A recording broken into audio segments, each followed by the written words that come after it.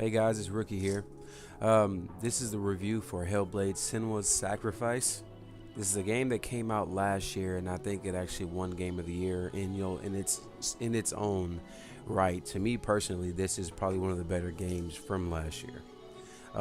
It took me a long time to beat this game because I had other things going on and other games that I was playing, but I came back and beat this. Last week I streamed it, and this game really just, it's really amazing. This game in general is really just an amazing game. I like how they hit on a bunch of, like actual real things. When I say real things, I mean along the lines of mental illness, because essentially Senua is mentally ill, going through the things that she's gone through, the battle that she's gone through throughout the story. The story is pretty much her trying to get redemption for her husband, who was killed by the Northerners that came and raided their village. And it touches on a lot of her past. It touches on her past. It touches on, what it is that she went through to become the woman that she is today. Well, in the game. And I think it's like crazy because she's grown up thinking that she's cursed. Her mom had the same affliction, like they said she was cursed, and her father really held them all back. And I don't know for sure if it's true or not. It really didn't really hit on it. I don't know if he was like abusive to them, but he did say that the gods told me that your healing will come through my hands. So I was kind of confused about that, and it's kind of like a conflicting thought, like, is he beating her, his mom and her, or not? Like, it was just like a a running on thing, because like when you get towards the end of the game, you meet the last boss right before this part that I'm telling you guys about. And spoilers ahead, I will be spoiling in this. You meet the last boss on the bridge. She's humongous. It's like her presence, Hela, which a lot of people don't know. Hela is Loki's daughter in Norse mythology. She's pretty much Hades of their hell, or of their Hades as well.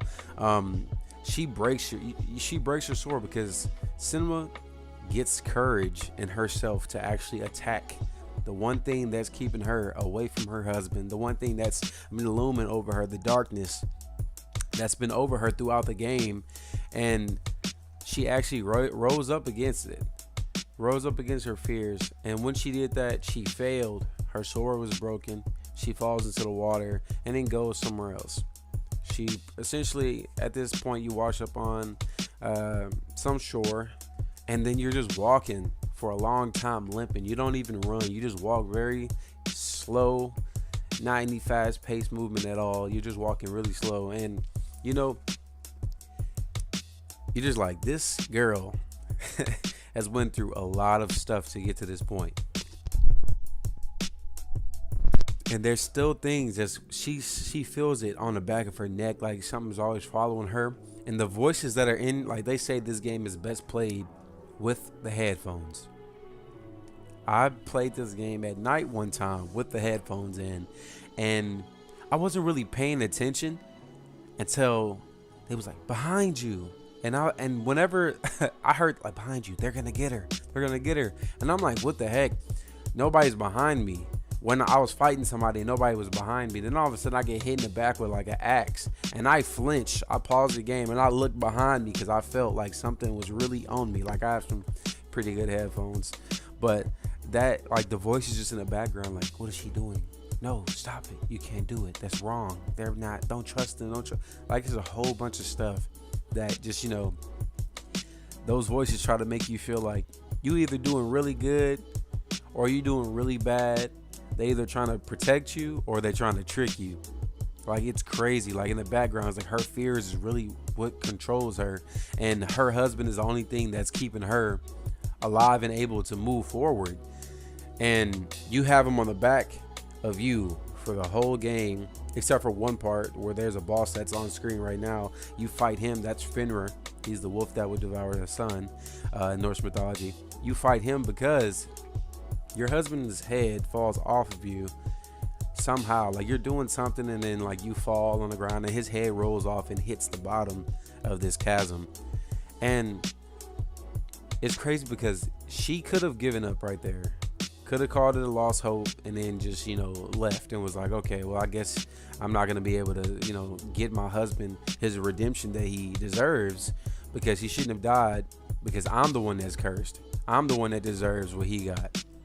You go down there, this dude, Fenrir, that whole, interaction with him is like impending doom. That's all you feel. You touch darkness without fire, and then the screen just starts getting more distorted and distorted. In the background, it's like red and black. You see like a whole bunch of images in front of you, and like right on Senua's back, like something's about to grab her. And then, I've messed up a couple times running in the darkness, only on one part. And when that darkness hits her, she literally goes on the ground and just rolls around a whole bunch. She just rolls around a whole bunch, and she's just like in pain. Like you can tell the kind of pain that she's in because, dude, he's not even biting her or nothing. Fenrir is more like, it's like he's devouring her mind. Like she's really wincing, crying on the ground, rolling around, like gripping her head. Like it's crazy. Like you don't understand. I would never be able to understand that because, this is a game, but this still hits on a lot of stuff because personally in my family, there's a lot of people that have mental issues, like Alzheimer's, or I know a lot of anxiety runs through my family. I know I have anxiety sometimes whenever, I have to make a certain choice about something. I start getting real anxious and I don't understand what it is that I really want to do, or should I do this, or is it right or wrong? Like those are the type of things that can control somebody's life. Like me personally, there's a lot of stuff that I've regretted, a lot of stuff that I've done that has had me not being able to do something. So when it comes to Senua, I think she's strong for someone that's gone through what she's gone through. I know she's got anxiety. She's been like her whole life. She's been told you're cursed. Your mom's cursed. You're a scourge. You're the death of this village. You're the reason why everybody died. Like that whole thing. And there's only one person that she's ever come in contact with alive, not any spirits that she meets. When she's alive, that's none of that mattered. He always wanted to be around her.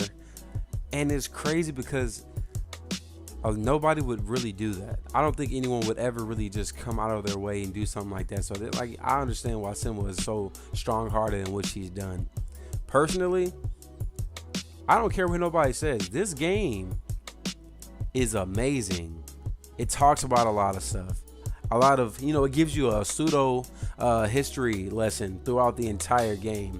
The combat of this game is ridiculous. I freaking love the combat in it. It's not forgiving. Like you can literally put it on, I guess, hard, and then put the combat on easy, and you'll do good. But even then, you'll still have issues. Like if you put it on increasingly hard, like those people that I was just fought, I didn't have them on increasingly hard that you go throughout the game. They get stronger. Let me tell you why. Because there was one point where I kept dying over and over and over to the same grunts. Because I couldn't really just get into the mix, just get really focused on the fight. Because I'm always hearing in the background, watch out, she's gonna die. All these voices in the background. And I've never come in contact with a game like that. If you say you have, that's probably because you played Deadpool and he died and he was like, what button are you pressing, you idiot, or something like that. That has nothing on this game. This game was cheap for what it is. It's a short game, and I understand why they made it that cheap, but this story, this journey that you go on with Senua is probably one of the most, engaging games I've played in a long time.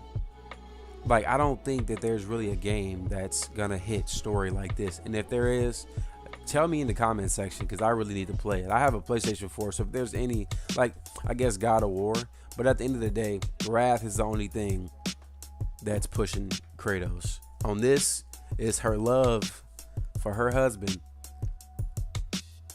and her confidence in that she can get this man that she loved his redemption that he deserves. And that that was probably one of the most amazing things I've seen in a long time. I don't think I've ever seen nothing like this. This game deserved the awards that it got last year. This game sold. I remember when I seen a tweet talking about we sold 500,000, and I thought it was amazing because that's $500,000 for a game that's priced very low, but it's got a great. This is what a AAA game should be. You get this game for what, $30, $40, and you go on a crazy journey that has you thinking, you know, would you be able to do the same thing that Senua did? The environments, they weren't lush. That one part that's at the beginning of this video where you see her walking through that forest just to go, you know, get that sword that's a Siegfried sword out the tree. That's probably the most light I've seen throughout this game. There's maybe 4 or 5 times where I've seen light that's like, you know, it's actually bright, but that's the brightest you'll ever see in this game. Everything else is kind of like what is it, grim, very grim and desolate, just going throughout these different environments. Like even the fire, when you fight the fire boss, I think it's Suits, that dude, bro, all you see is throughout that forest is a whole bunch of dead people that are like sitting down on these curled up or looking like they're praying, and they're already burned to cinders and ashes. Like they're just stuck there forever. Another boss, I think it was the first one, is Valravn. That dude, he don't really necessarily got nothing, but that's more like, he's more like a shaman. That boss probably had me like, okay, I don't even know how the heck I'm supposed to be getting this dude. Like I see him in the background because there's a whole bunch of, you know, scarecrows that look exactly like him, and then you go through a portal and you see his actual real form, and then when you get close to over there, you walk right past the tree and he's not there no more, and then you actually fight him. That was one of my favorite fights in this game. His fight was too easy. He literally fights like a regular, you know, grunt, except for he's got fire and he got that fire stomp. Like he's really easy. Fenrir, he's pretty much impervious unless you're hitting him in the face or with power moves. And then if you use focus, you can, you know, do more damage to him, hit him up with a bunch of combos. But you never fight Hella. She sends people out here to fight you. You fight all 3 bosses again as shadows, and you're already like, I already beat these people, and they're weaker than what they were when you fought. So they're literally shadows of their former selves, which is another piece of the darkness, because you can tell when you're about to get into a fight on this game, because the darkness will come throughout the ground, and you'll just see the ground just get real closed up by darkness, and then all of a sudden a figure just forms in, and he's already trying to attack you. He's not even fully formed in yet. And that junk is just amazing to me, because it's like, you know, they say on shooters, say you playing Wolfenstein or Destiny, those first couple shots that someone shoots at you, they're gonna miss. You can play on hard and they're gonna miss, because they want you to know, yeah, you're getting shot at, now here's your chance to turn and shoot at somebody. After that, they'll start pelleting you up, but other than that, it's different. This game, they do not forgive, bro. They may attack every once in a while or attack too slow, but when they hit you, you will die. I love the combat in this game because it had me like, that is crazy that you fighting somebody, no matter what difficulty you have it on, that fight is gonna be hard. Unless, you know, you're trying to go for a perfect, but even then, it's still hard. You will be hit, you will be knocked down a whole bunch of times, and they don't tell you how to get back up. I literally had to learn how to get back up off of the ground. Tap X a whole bunch of times, she'll get her gains, and then she'll be able to roll out the way, and then you'll get back up and start all over again with blocking, parrying, attacking, and using focus to get a whole bunch of hits in. But I recommend this game for anybody that wants to go on a journey with a woman that's broken, who slowly comes to terms with what's going on, what's her issue, and her actually being able to get her husband that, you know, that deliverance that he deserves, that she thought he deserved, because he loved her wholeheartedly. He's the one that told her to pick up a sword because she copied him. Nobody taught her how to fight. She copied how he fought, and he said, "You need to come to the tournament." And nobody was talking to her. He was the only one that talked to her. And like right now, that's on screen. When you see Hella right here, this is the last boss, but you'll never fight her. As you can see, she looks just like Senua. So to me personally, I feel as though Hella was able to embody Senua, because I was trying to figure out why she looked exactly like her when she walked over there, and you just see her. She gave everything up for her husband. She said, "I'll fight with you on Ragnarok." If nobody knows what Ragnarok is, that's pretty much when the Norse mythology world will be coming to an end and Hela will attack the gods. She said, "I will fight with you." She gave up Valhalla for her husband.